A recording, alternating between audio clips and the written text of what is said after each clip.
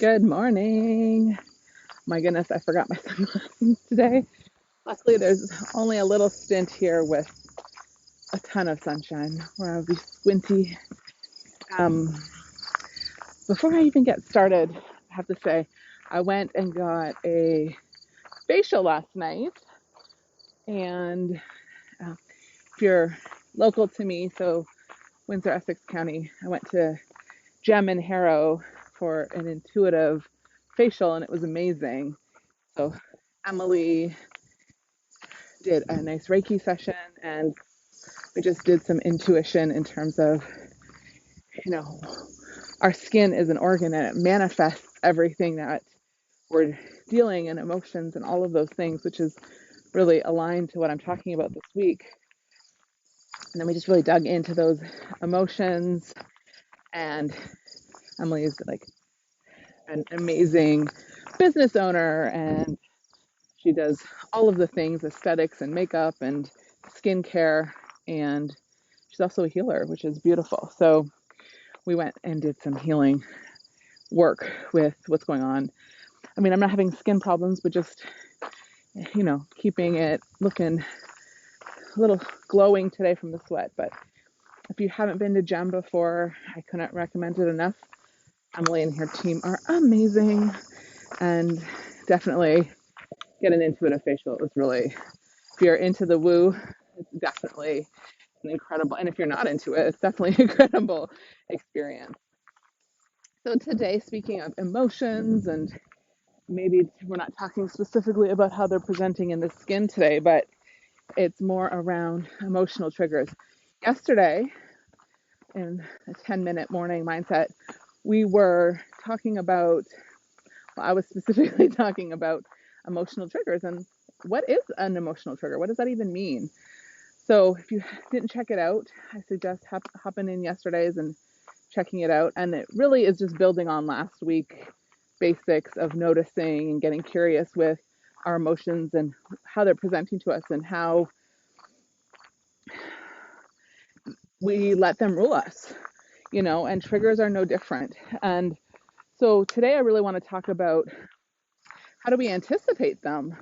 So, you know, we're noticing our emotions and our feelings, what's coming up for us. We're getting curious about them. And we're noticing that we are triggered. Our the stories that we have, the old limiting beliefs that we have from ourselves are triggering this feeling and emotion inside of us. So how do we then start to anticipate these triggers and not stop them? Because they're going to happen one way or the other, but start to really get grounded and present on the things that we do that are creating these reactions for us in our life. So what we're going to start with today is having morning walking, having a practice for getting clear. So we'll talk more about this tomorrow in action steps. But right now, it's just being present with your feelings, present what's going on, and present, most importantly, like we said yesterday, around what is triggering this. So if you either are aware or just learning to be aware that you have a story, a comparison habit where you're comparing your life with other people's lives, and you notice these feelings, especially when you're looking on social media, here's two things to really consider. The first thing is to dig in and do the work. you know we're triggered because there's old wounds to be healed, so you can go and say, oh gosh, every time I'm in comparison, every time I'm feeling these ways, I notice it was a comparison, it was something I had seen. So go deeper, get deeper underneath of what those old feelings are about, because if you can start to work and start to do the work and heal those old stories and those old thoughts and behaviors, the triggers won't be as present for you. We'll still get them from time to time. I notice that nothing really seems to go away.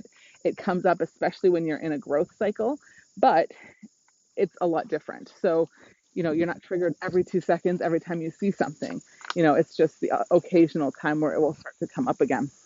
So start to do some more deeper work in getting curious and going like, what was this old story? Why do I feel not good enough? And start. I just really invite you to have a lot of self-compassion as you go through this process because it's ugly. Growth and personal development can be really uncomfortable and really ugly, unfortunately, sometimes.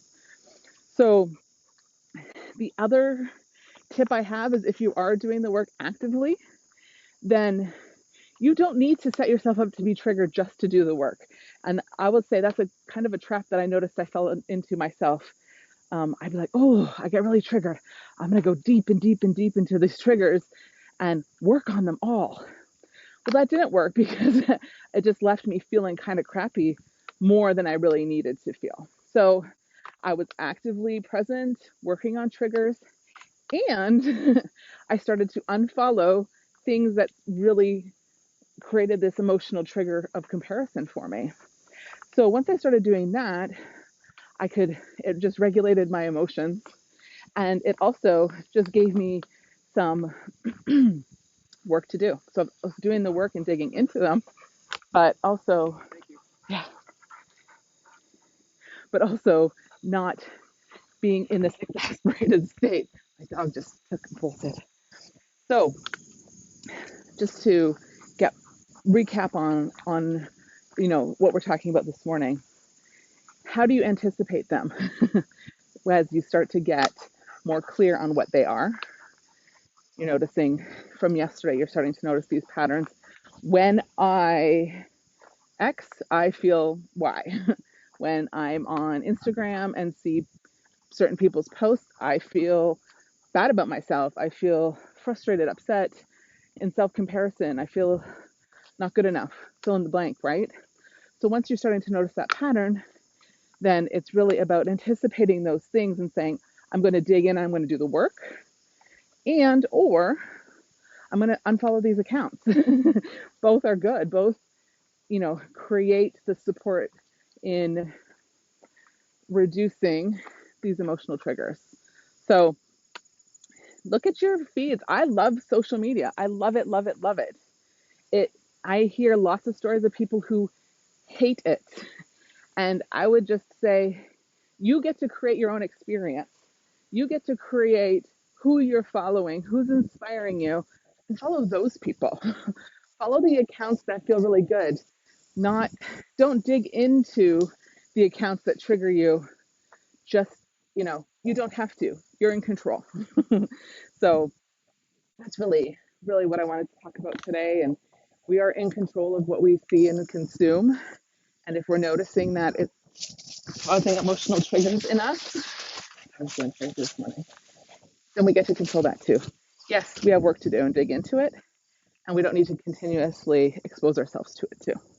All right, that's what I got for this morning. I hope you're having a great start to your week. Gotta love a Tuesday, getting to the middle of the week, and I will be back tomorrow. And if you ever have any questions or any topics you would love for me to riff on, please send me a message. I would love to chat, and I would love to support in any morning mindsets that you're really interested in. All right, have a great day. Bye.